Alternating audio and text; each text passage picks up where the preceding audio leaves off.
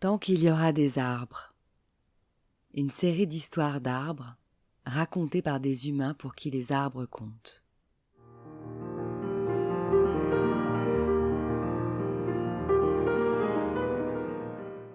Un patchwork de voyages en enfance ou dans le monde qui justifie qu'au-delà de leurs bienfaits naturels scientifiquement prouvés, les arbres sont nos complices de vie et doivent rester les témoins de nos existences.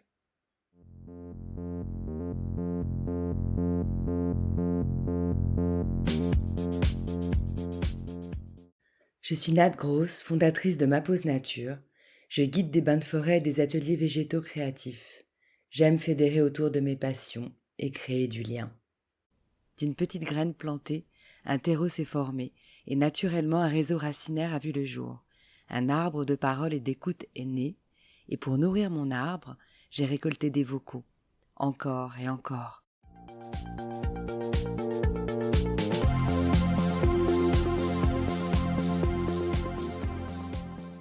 Tant qu'il y aura des arbres, rien n'effacera l'essentiel. Je suis Nathalie Longevial, je suis née dans le Lot-et-Garonne, je vis à Bayonne et j'écris des histoires. Nathalie, je ne la connais pas in real life, mais on est dans le même groupe WhatsApp des newsletteuses. Un groupe créé par Géraldine Dormois lors de ses ateliers en ligne sur comment lancer et faire durer sa newsletter.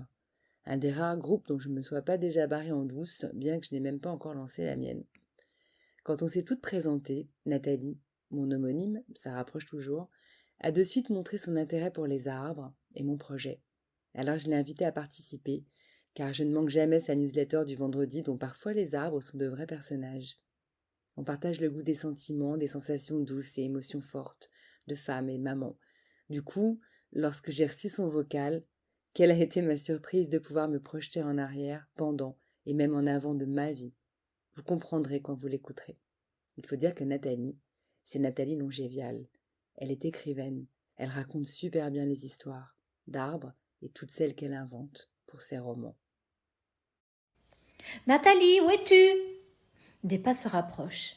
Je m'allonge à plat ventre et tente de faire corps avec la branche sur laquelle je suis installée. Je l'enserre de mes bras. Je remonte mes pieds et m'étends de tout mon long. Le parfum de l'arbre se mélange à mon souffle. Sous ma joue, l'écorce du figuier est toute douce et mes yeux suivent les entrelacs de vert et de marron qui dessinent une carte mystérieuse. Il ne s'agit pas de monter bien haut, mais je n'en ai pas le droit. Il paraît que le figuier est fragile, que sous mon poids il pourrait céder. Pourtant, jamais il ne m'a trahi. Mieux, je suis certaine qu'il referme ses larges feuilles autour de moi pour améliorer mon camouflage. Cet arbre, c'est mon royaume. J'ai 7 ans. Il est tour à tour un château, une licorne ou un bateau. Je reste là, immobile, longtemps. Les pieds crochetés à la branche, les yeux sur l'horizon.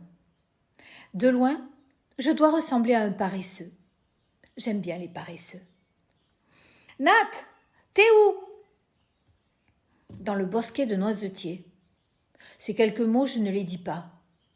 Adossé contre le plus vieil arbre, je respire leur présence et je voudrais qu'on me fiche la paix. Les feuilles denses me font un cocon. Les branches frémissent. Oui, je pleure, et alors ? J'ai 15 ans. Mes secrets et mes peines, c'est aux arbres que je les confie. Ils ne m'ont jamais trompée. Et ce n'est pas le cas de tout le monde. Ils ne sont pas rancuniers non plus. Se moquent éperdument que je n'ai pas ramassé toutes les noisettes à l'automne dernier et qu'elles soient en train de pourrir sur la terre meuble. Ils se foutent que je les ai choisies pour échanger mon premier baiser. Des mois que je ne suis pas venue. Depuis que je suis devenue grande. Et pourtant, ils sont toujours là, accueillants et solides. Et ce n'est pas le cas de tout le monde. « Maman, t'es où ?» Je n'aurai que 3 mots à répondre. « Sous les arbres !» C'est l'endroit où nous passons le plus clair de notre vie.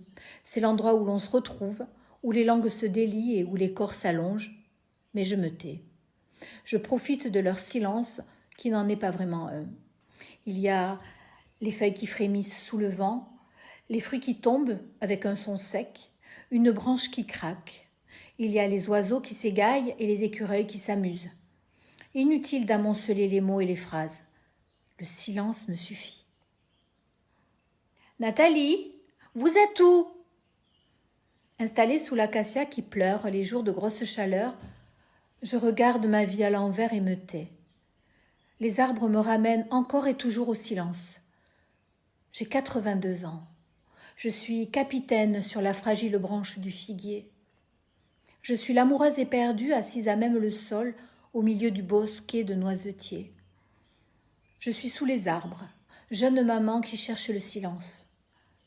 Aujourd'hui, ma peau est ridée comme l'écorce d'un arbre. Peut-être que si on me coupait en deux, on pourrait compter le nombre de cercles qui dessinent mes années de vie. De mes anciens arbres, je ne sais plus rien. Je pense souvent à eux quand j'entends dire qu'un arbre est tombé. Les miens, sont-ils encore debout ? Je leur ai avoué mes secrets, ils m'ont raconté l'essentiel.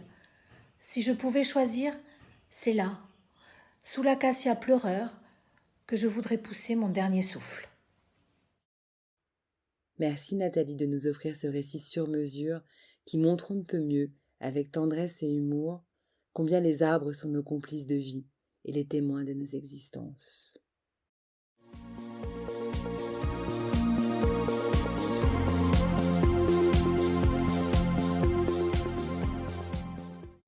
Cet arbre social continuera sa croissance tant qu'il y aura des messages pour l'enrichir et le faire vivre. Vous êtes son eau et son soleil, alors merci de l'aider à grandir en likant et partageant ce projet, car tant qu'il y aura des arbres, il y aura le passé, le présent et l'avenir. Take a breath of deep fresh air.